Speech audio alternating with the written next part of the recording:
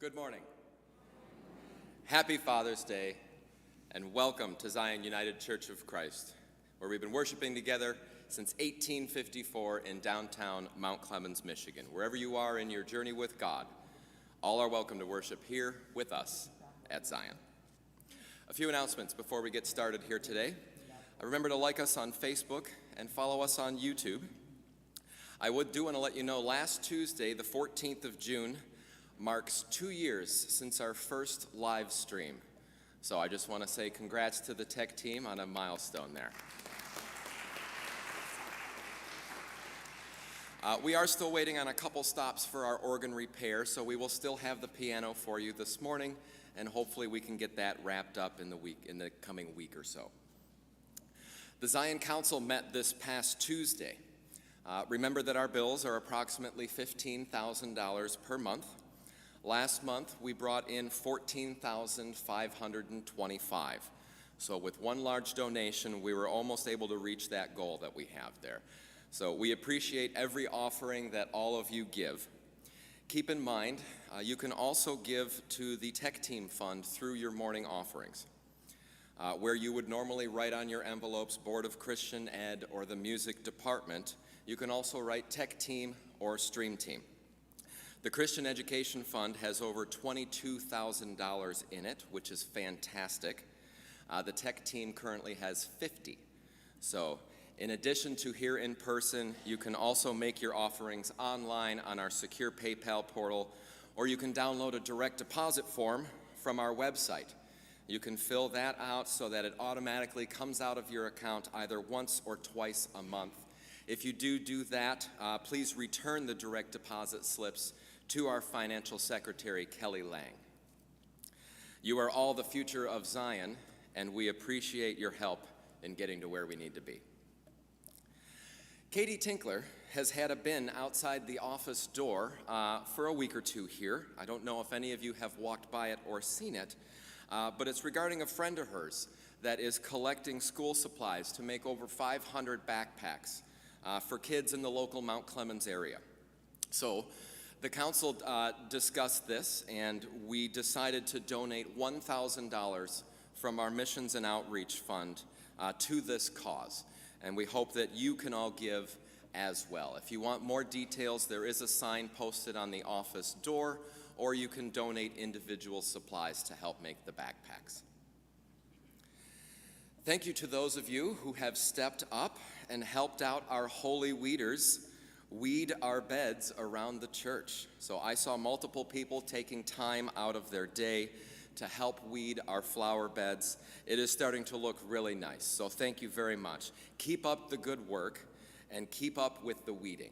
I do want to let you know, we do have some families of ducks that are nesting around the church. We have one out in this front flower bed, and there may be one in the back as well. So if you do come across them, please keep your space and just try to leave them be.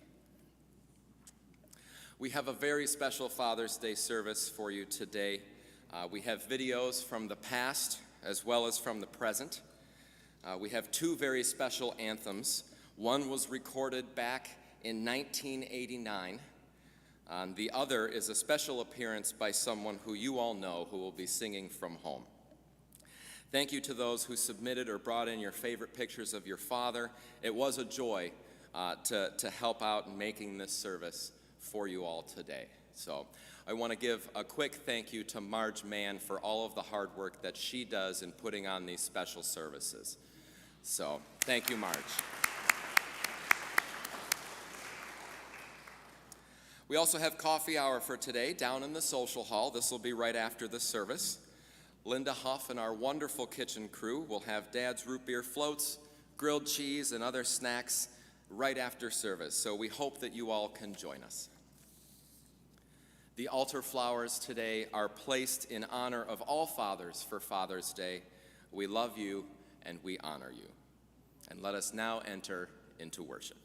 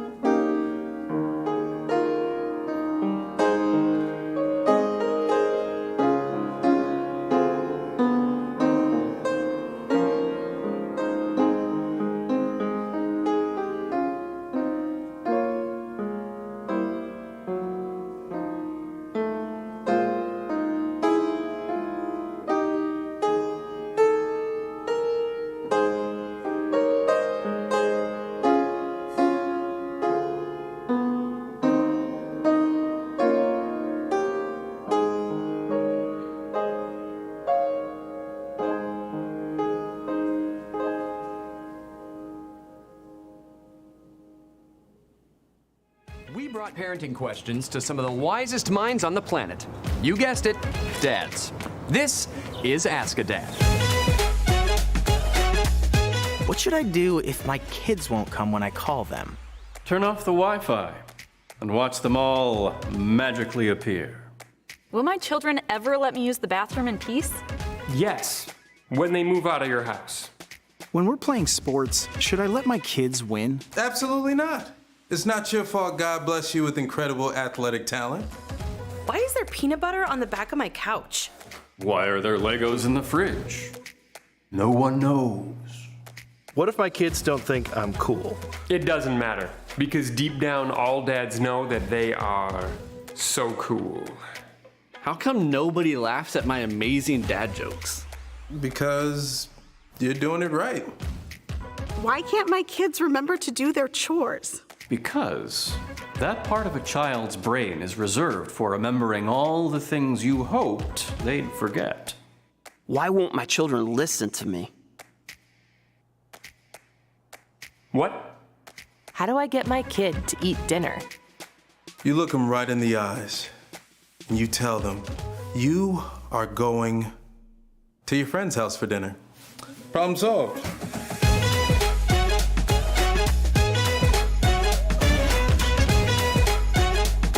As a dad, how can I dress for success? 2 words. Cargo shorts.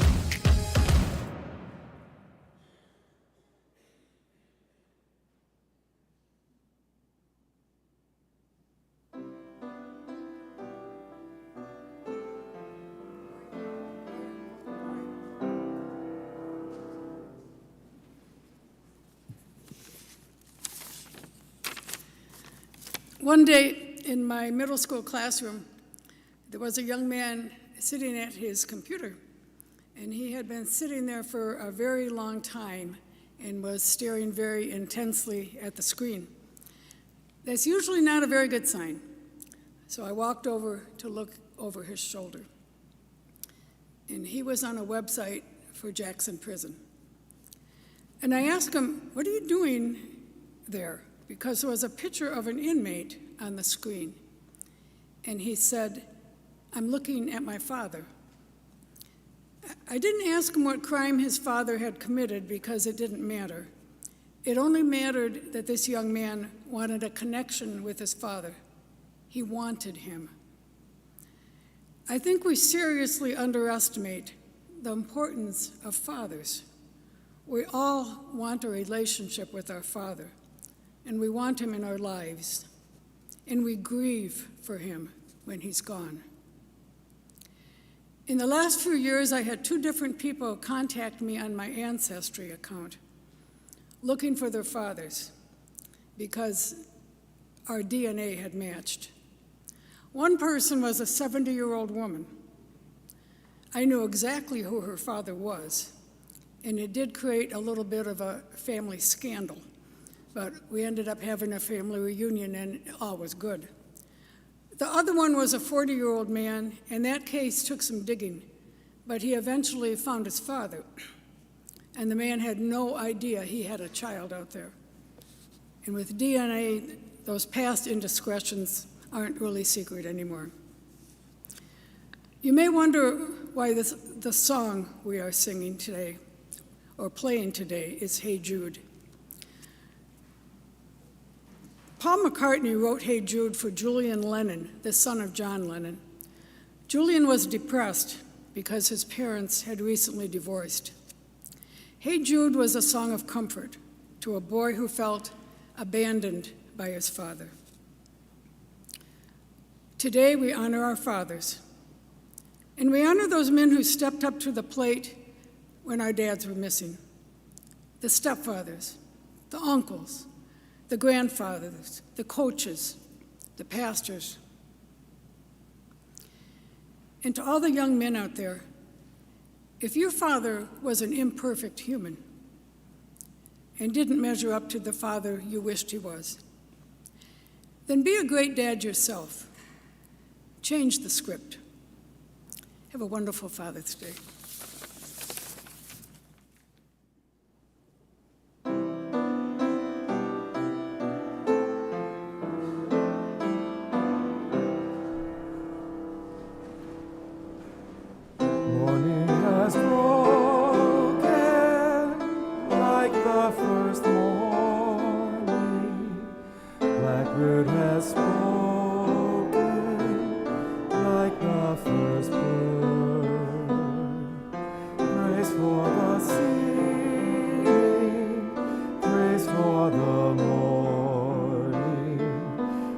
for them springing fresh from the wood.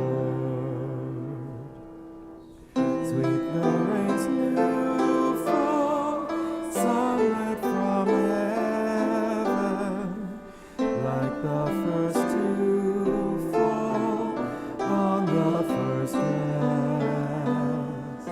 Praise for the sweetness of the wet garden, sprung in completeness where his feet pass.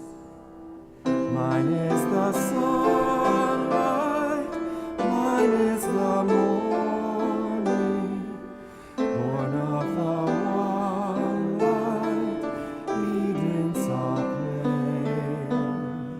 Praise with elation, praise every morning, God's recreation of the new day.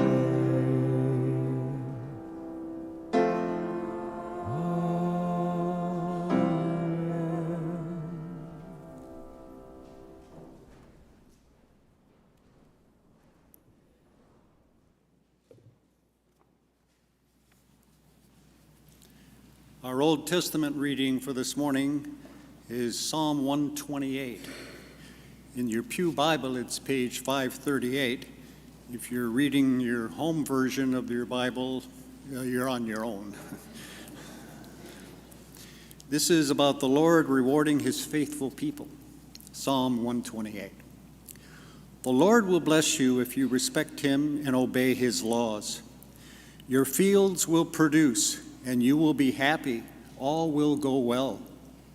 Your wife will be as fruitful as a grapevine, and just as an olive tree is rich with olives, your home will be rich with healthy children. This is how the Lord will bless everyone who respects him. I pray that the Lord will bless you from Zion and let Jerusalem prosper as long as you live. May you live long enough to see your grandchildren. Let's pray for peace in Israel.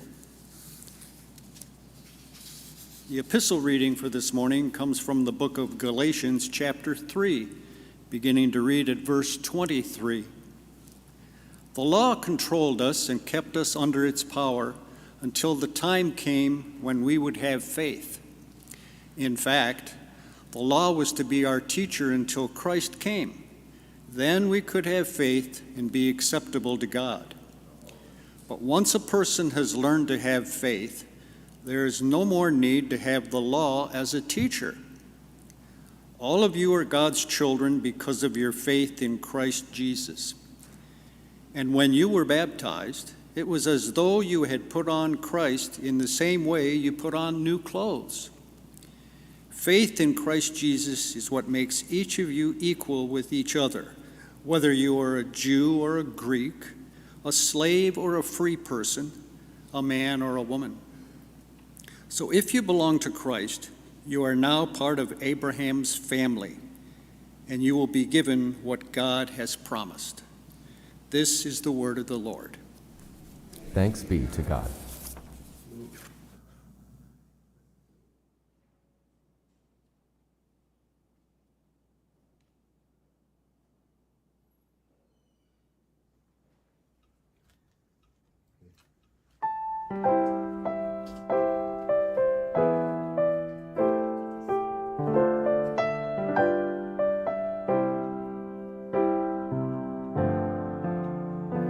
This is my Father's world, and to my listening ear, all nature sings, and round me rings the music of the spheres. This is my Father's world, I rest me in the thought of rocks and trees, of skies and seas, his hand the wonders wrought. This is my Father's world. carols ring. The morning light, the lily white, declare their Maker's praise. This is my Father's world. He shines in all that's fair. In the rustling grass I hear him pass. He speaks to me everywhere. This is my Father's world. Oh, let me ne'er forget that though the wrong seems all so strong, God is the ruler yet. This is my Father's world. The battle is not done. Jesus who died shall be satisfied, and earth and heaven be one.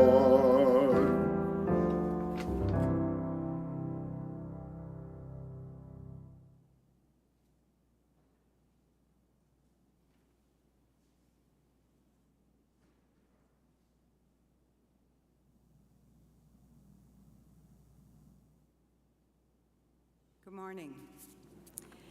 I would like to ask Amy and anybody that lives in the Mount Clemens area, have you noticed people coming to your door to ask for a small donation to help with the Mount Clemens High School pool? No? Well, sure enough, they came to my door to ask for a small donation for the high school pool. So I gave them a glass of water.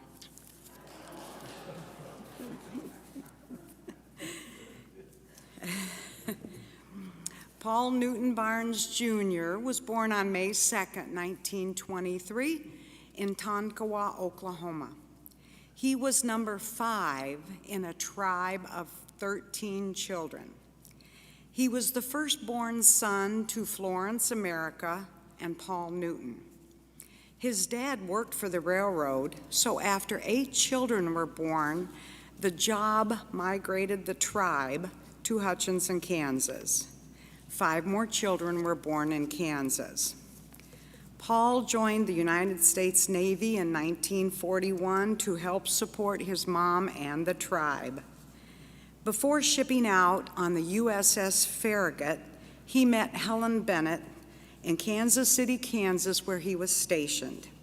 They were married February 25th, 1945, on the Bennett farm in Burr Oak, Kansas. Paul's Navy experience trained him in the electrical field, and he took all that knowledge with him to be an electrician. His honorable discharge on December 1st, 1945 enabled him to work as an electrician his entire life.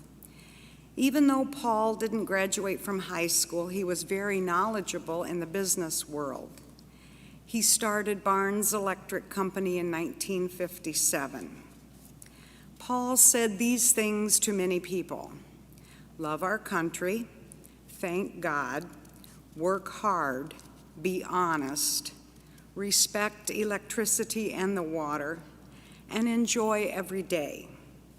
These things were his code of honor and how he lived his life. Paul's love of the water, fishing, and pheasant hunting carried over to his family.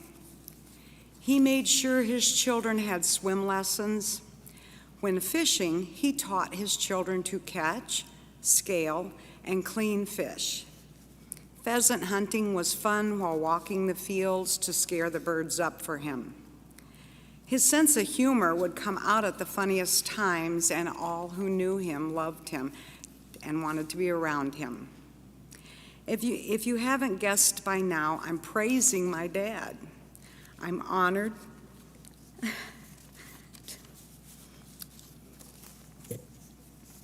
to be his daughter. I'm so grateful that we had all the time that we had together. 2 of my most treasured possessions, that my dad gave me was a pair of United States Navy earrings that he gave to my mom, and a handmade purse that the Gillian Island natives made while he was stationed there in World War II. One of the nicest compliments I ever received was from Cheryl when she said, "I have my dad's sense of humor." I'm truly grateful for my dad's smiles, hugs, and talks. All of his siblings always called him Junior instead of Paul. But no matter what you're called on earth, I know he's called an angel now. He always took the time to include me in his life, like washing his truck in the rain, which we did many times, and letting me go with him on the electrical jobs so that I could pull the wires through in the small crawl spaces. Thanks for letting me share a small part of my dad's life with you today. Here's to you, Paul Newton Barnes, Jr. Thanks for the memories.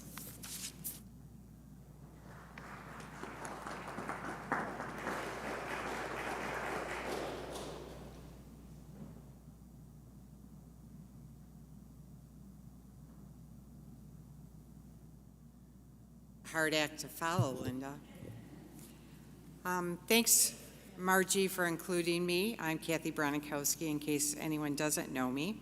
I thank you for the opportunity to share my memories of my dad and appreciation. And also it's a little chance for you guys to get to know me, since I'm known as Jeff's now fiance, but a lot of you don't know a lot about myself. I was blessed to have my father, who was named Hazen Ziegler, not after Hazen Pinnegree, but only because my grandmother didn't want him to have a nickname. But all his friends later in life called him Zig, so he still had a nickname. Around 50 years of my life he was around. He was born in October of 1932 in Detroit to Henry and Bertha Ziegler. My grandfather was born and raised in Detroit. He was of German heritage, and my grandma was born in Spring Lake, Grand Haven area, and she was 100% Dutch. My father was the pride and joy of his parents. They had him later in life, in their late 30s to early 40s, and he learned that early on in life, hard work was expected. They owned a grocery store on Van Dyke at Goethe. They lived above the grocery store, so he was expected to work there. Across the street, his grandparents lived, and his elderly aunt lived in a flat, so he also helped take care of them.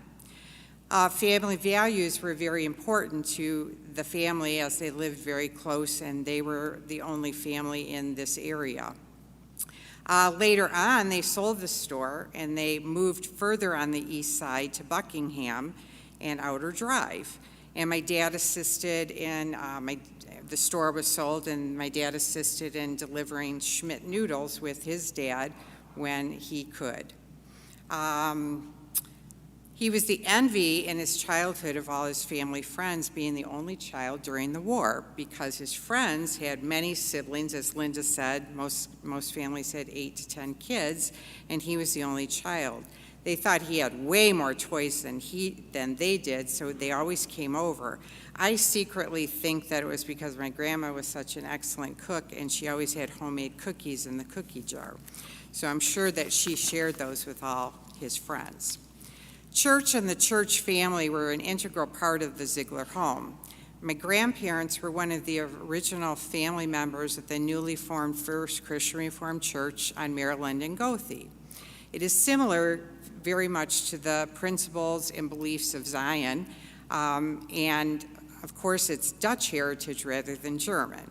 And that was hard for my grandfather, who was German, but great for my grandmother, who was of course 100% Dutch. My dad at a very early age attended the church, or the school that was attached to our church, that was grades 1 through 8. And can you believe he took the trolley car from that store on Van Dyke to the church in Grosse Pointe Park? all alone. So think about now how we drive our kids to school and won't even let them be on, alone. And he got on the trolley by himself. Church in his days, and even when I attended church, was twice a day, morning and night, and pretty much all their friends and family were that church network. You did everything in the church and around the church. And I don't know if most of you know, but that area now is called Cabbage Patch, right around that church. So he attended Eastern High School in Detroit and played baseball in high school, and further on, especially for the church team, he continued to play. Sports continue to be very vibrant in our house, especially watching all the Tigers games and U of M football and anything else that could be on. He believed in education. He attended Wayne State under the ROTC, and he later attended U of M and MSU for advanced degrees in education. He pursued his career in education, first as a teacher and then as an elementary school principal, and held various roles in leadership in Warren Consolidated Schools. He also used his passion and for education in the Army, because of course he had to serve his active duty for the ROTC, and they went to Canada and Virginia for that after he married my mom. And he continued to serve in the Army Reserves for 32 years and ended his career as a lieutenant colonel. I recall spending all my summers, because of course I always thought everybody had a 2.5-month vacation because he was a principal, right? So we would get in our Airstream trailer, and he would serve his active duty, and sometimes he would take 2 to 6 weeks in the summer for the Army, and we would travel and do that, and then do a family vacation for about 2.5 months. So I got to see all 50 states in the continental United States with my father. So my passion for seeing the country and exploring were founded from my parents. He loved thrills, and this is a funny story. I told Jeff this on the way in. I forgot about it. And he always wanted to be a firefighter, but I think he felt like that might not be the way to go. It was a family joke with my immediate family and extended that he often had a police scanner on, and he would watch it while we watched TV, and a fire would be announced, and if it was big enough, he would hop in the car and go find it. And if you happened to be in the car, irregardless of where you were going and irregardless of who was in the car, you would find that fire truck and you would see what was going on. I mean, it never mattered if you had reservations because, oh well. He would use his military background to assist if he could. My parents were also blessed to have a special needs child born in 1962 in a time where that wasn't as common and well accepted. They raised him and were behind him 100%, supporting him wherever and whenever they could. My dad often created fear in me as a young child because, you can imagine that charisma he had as a military background and a principal. So I never knew what he was going to, do or anything, but he actually had such a soft soul. He also had a strong sense of humor, and I want to share just a funny story that probably we would never get away with. His friend shared with me at his funeral that they in high school chose for a birthday for one of their friends to take a VW Beetle, and 6 or 7 of them carried it onto his front porch, left it, and rang the doorbell. I sure hope they carried it off at some point, and it was my dad's, vision to arrange all this. So, he had that humorous side of him as well. I cherish and miss my dad. It's 12 years this year that he's not with us. His later years, he suffered from Alzheimer's, so we all learned how to appreciate whatever time we had with him. I value and admire him most of all for the last years of his life, for taking care of my daughter when her dad and my husband died, and he became her father figure and was very active in her life. My dad taught me the values of hard work, dedication, family, friends, and a strong sense of community. And lastly, to love and cherish each day, as you never know what tomorrow may bring. So I thank you for allowing me to share my reflections and memories, and I wish all of you a happy Father's Day.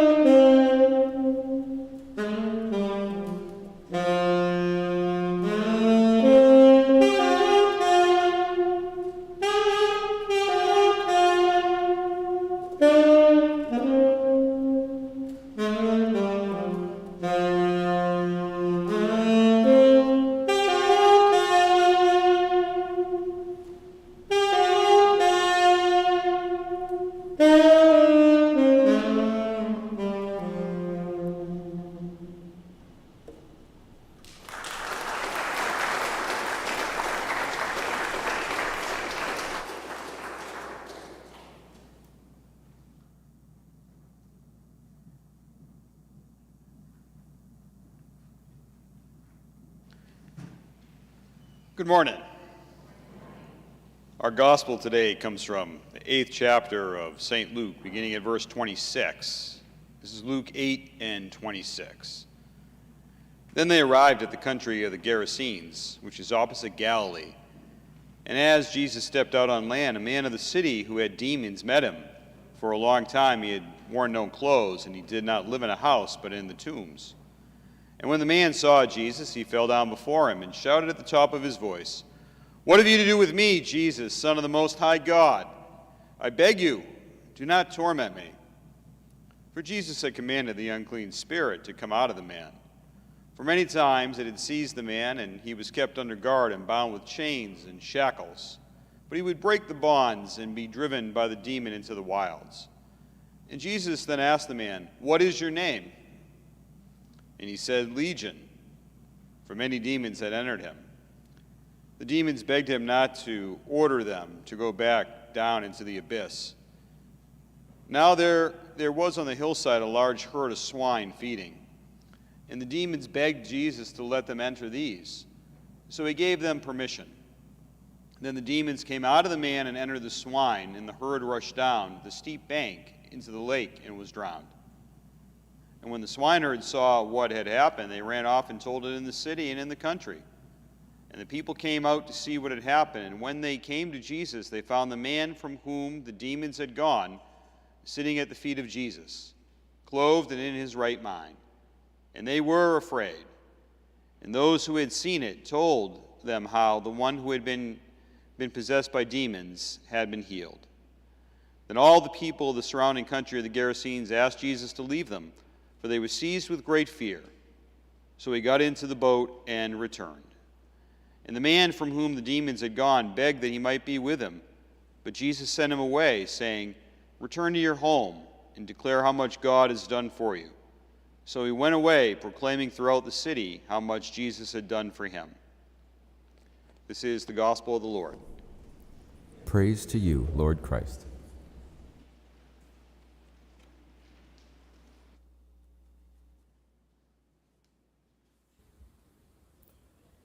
My father is my hero.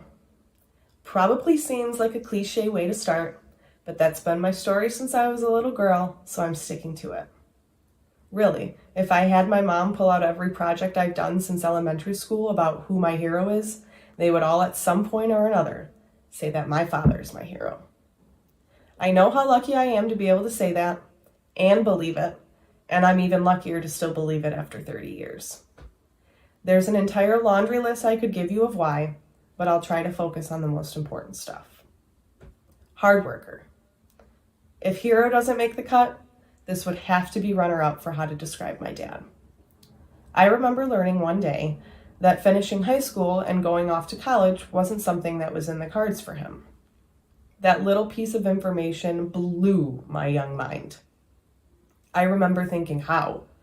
How did he teach himself how to become an electrical engineer? People have to go through years of school for that.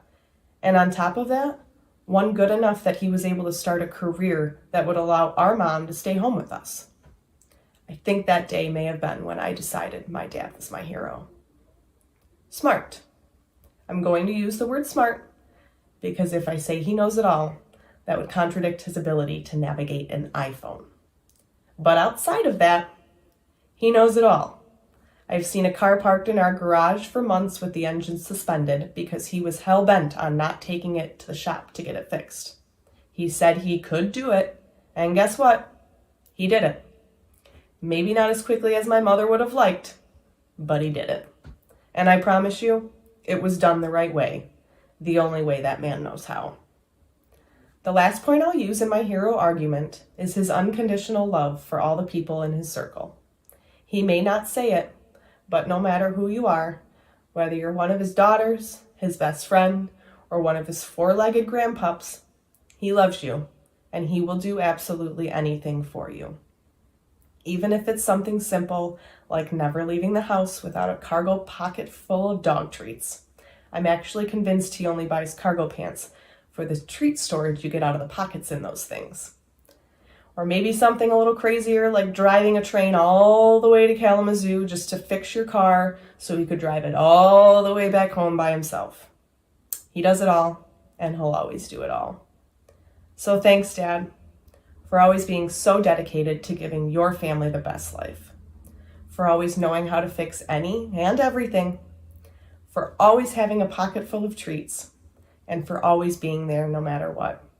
But most importantly, thanks for passing down your quick wit. I couldn't annoy Mom without it. Thanks, Dad. You'll always be my hero. Happy Father's Day.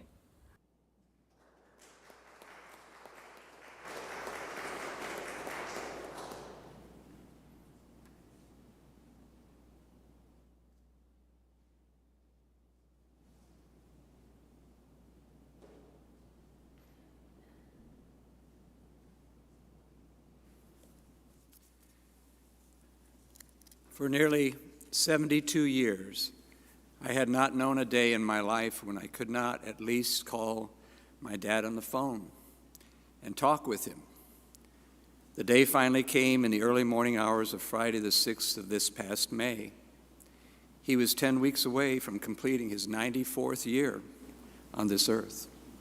Alzheimer's disease was the final battle that took his life.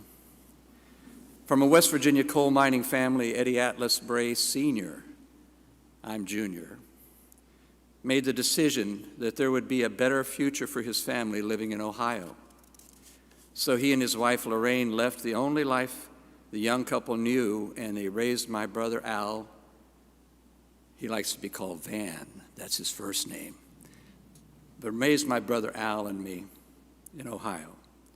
We went to Lake County in Ohio on the shores of Lake Erie, 30 miles east of Cleveland. No longer a coal miner, at first Dad worked on an assembly line for Fisher Body, 75 cents an hour. Trained as a machinist, he then got a job in a factory. In the final 25 years of his working life, he was the tool, die, and mold maker for Brown Engineering, a division of Bestcast. He made everything, the first thing of everything that was made in that building, he made with his own hands. Now computers do it. My parents worked hard, and they worked as a team. They gave their two sons a good life, great educations, and the opportunity to grow and learn and create our own lives and families. Dad struggled when Mom died from cancer in 1987. He was like a lost soul without her. But God, in whom Dad deeply trusted, sent Mary into his life. Had he lived until this September, Mary and Dad would have celebrated their 33rd anniversary.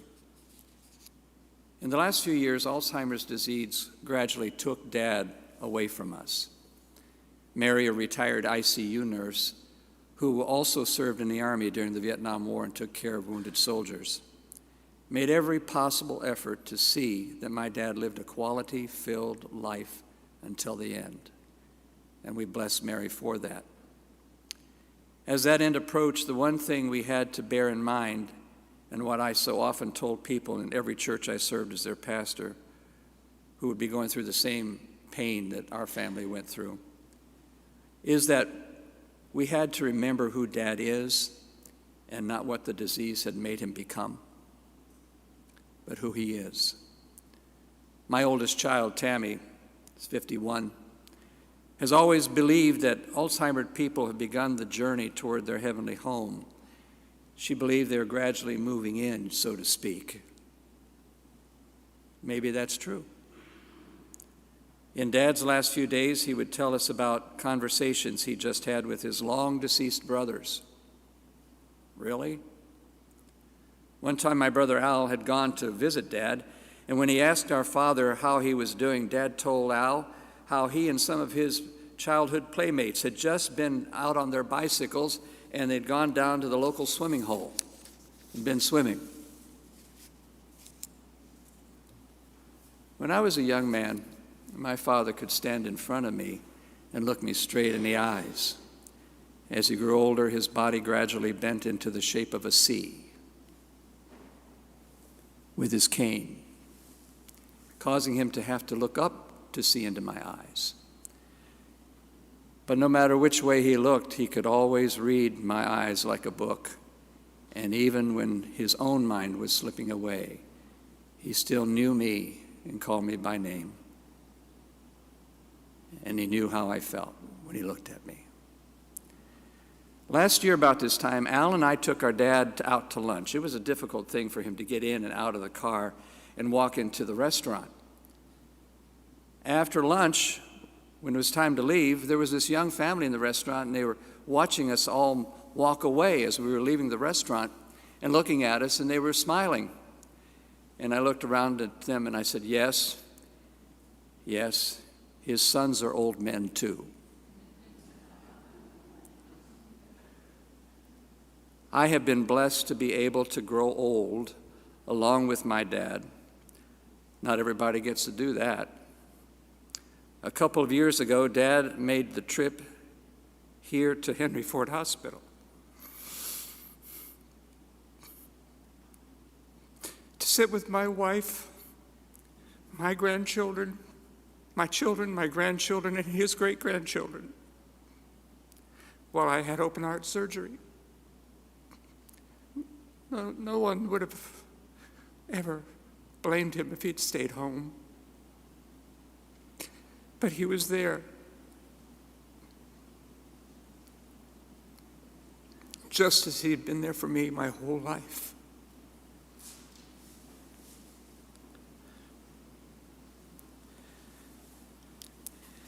He has always been there for me when times were good or when they were bad. So it's difficult for a man almost 72 years of age to say goodbye to somebody who's been so much a part of his life. He has always been a good man, and never was a time ever that he wasn't a great father. And I do miss him.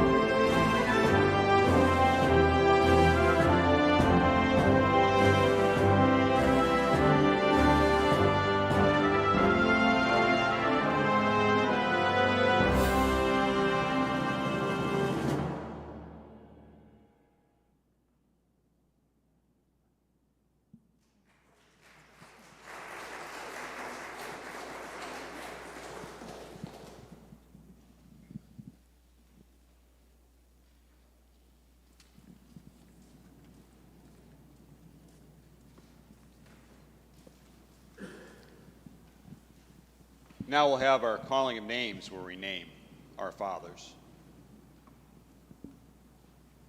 My father was Russell Davis.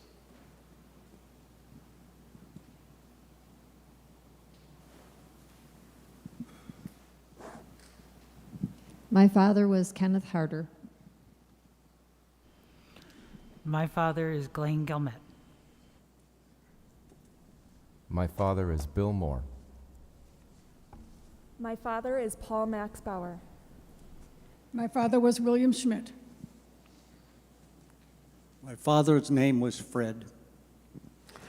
My father's name, Reginald Schultz.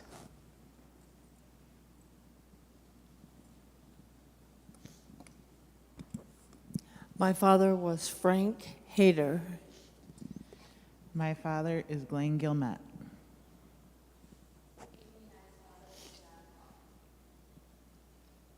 My father was Morris Rothenberg.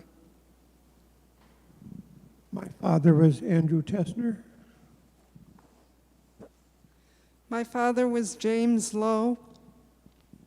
My father was Harry DeVancher.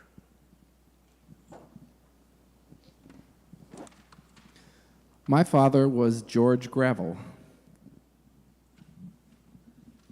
My father was John Carl Kuchenmeister.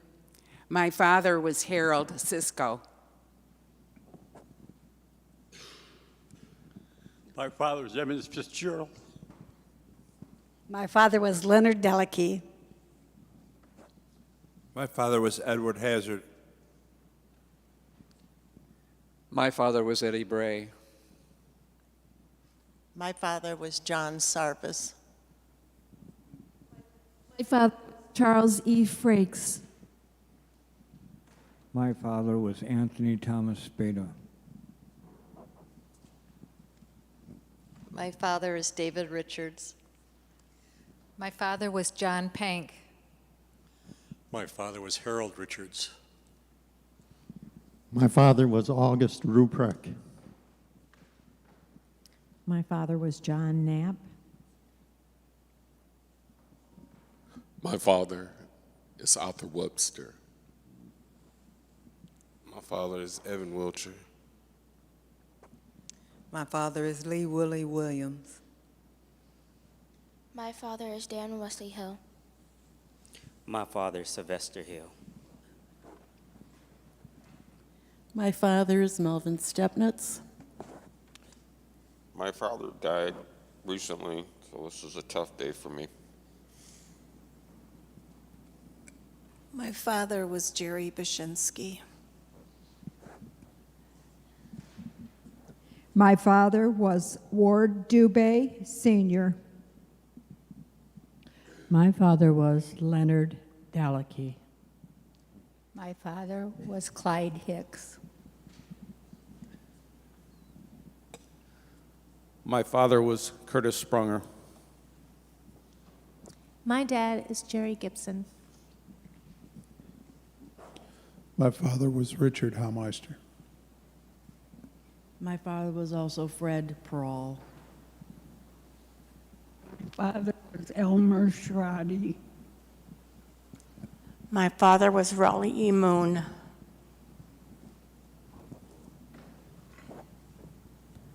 My father was John Rasput Jr., and my stepfather was Ralph Cloco.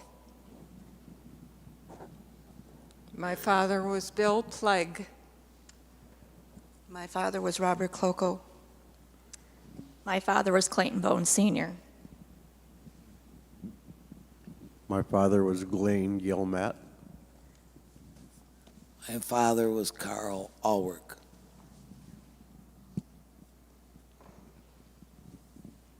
My father was Ernest Snyder. Second father was Robert Chisnell. Third was Ernest French.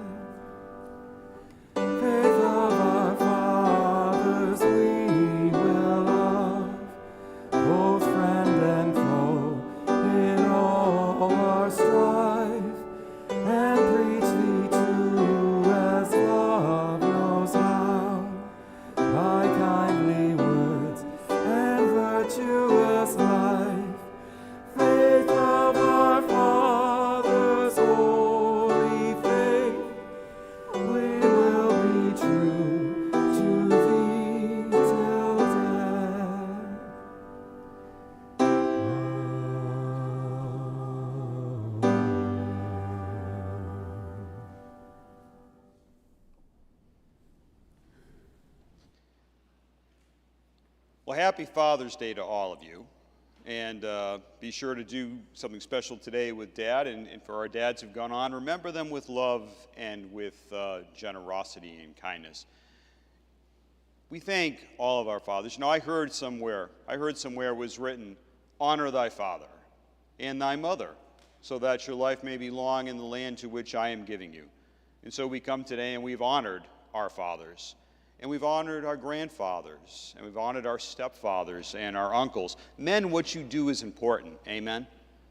What you do is important in the lives of your children and young people and those whom you have in your life, in your circle. So fathers and grandfathers and stepfathers and uncles and men who, we said it earlier, men who are coaches and teachers, it matters in the life of a family. It matters in the life of a nation. I think of so many things with my dad who died last year, so many good things that he taught me over the years. Probably some not so good things too. Love you, Dad. But so many good things that he taught me. And one of the good things he taught me was to always show up. Show up for your children. Show up for the people who are important in your life. You know, we need you, dads, and we need all the people who do these things in our lives, or all those other folks, dads, uncles, grandfathers, stepfathers. We need you. We need you to take us on our family trips and to lead them and to take us on those death marches. That's a family joke. We need you to show up and pick us up from school. We need you to be with us when we're Boy Scouts and Girl Scouts and to teach us the important things, to be our Cub Scout masters and our Scout masters, that kind of thing. We need you to teach us how to drive. I got a whole story there. My father taught me how to drive, but I can't repeat it because there were words said that you shouldn't use in church. I'm still going to learn how to drive a stick, Dad, one of these days, but there's so many things that are important. My dad taught me again and again and again, no matter what the hour, no matter what the challenge, show up. Because all those little things are the big things. Show up. Be there. Be steady. Be regular through all the ups and downs of life. You can be crazy on your own time. But be there day in and day out and do your best. What you do when you're fathering matters. It matters to the children and to the young people in your life. And it matters to your kids when they grow up and when they get older. It matters. It makes a difference. I know today is a day in which many struggle. They've lost their fathers. The father's gone on. I know others struggle that maybe their relationship wasn't as good with their fathers as they wanted to be. I don't take anything away from that. But where you are today, you have an opportunity. You have an opportunity to show up for your children and the people in your lives. We have an opportunity each and every day to do the best we can through the power of God. So show up in love. I cherish those moments when I get to pick up the 15-year-old and pick them up after school and say, how was your day? And you know the answer I always get, good.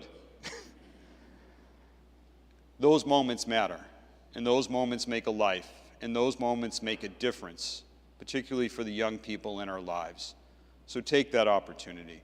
I want to close with these words, and you all come down and have some root beer floats with us, and you have some grilled cheese sandwiches. You can have half one if you want one too. I share these words as we cherish our fathers today, remember those who've gone before us. Let us now praise famous men and our fathers in their generation. The Lord hath wrought great glory through his magnificence from the beginning. Such as have borne rule in their dominions, men of great power and endued with their wisdom, showing forth in the prophets the dignity of prophets, and ruling over the present people, and by the strength of wisdom, instructing the people in most holy words.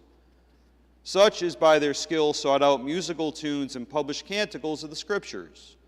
Rich men in virtue, studying beautiful things, living at peace in their houses. All these men have gained glory in their generations, and they were praised in their days. They that were born of themselves have left a name behind them, that their praises might be related.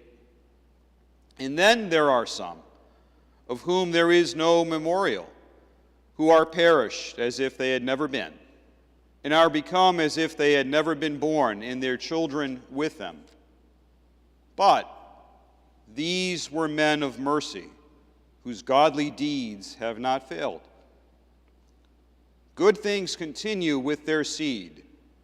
Their posterity are holy inheritance, and their seed hath stood in the covenants. And their children for their sakes remain forever. Their seed in their glory shall not be forsaken. Their bodies are buried in peace, and their name liveth unto generation and generation. Let the people show forth their wisdom, and the church declare their praise. Be men of mercy and good deeds. Be men of mercy and good deeds, and let your inheritance be blessed. And in those good deeds and in that love and generosity, you shall be remembered forever. Your children and their children's children shall carry on these good works. Amen.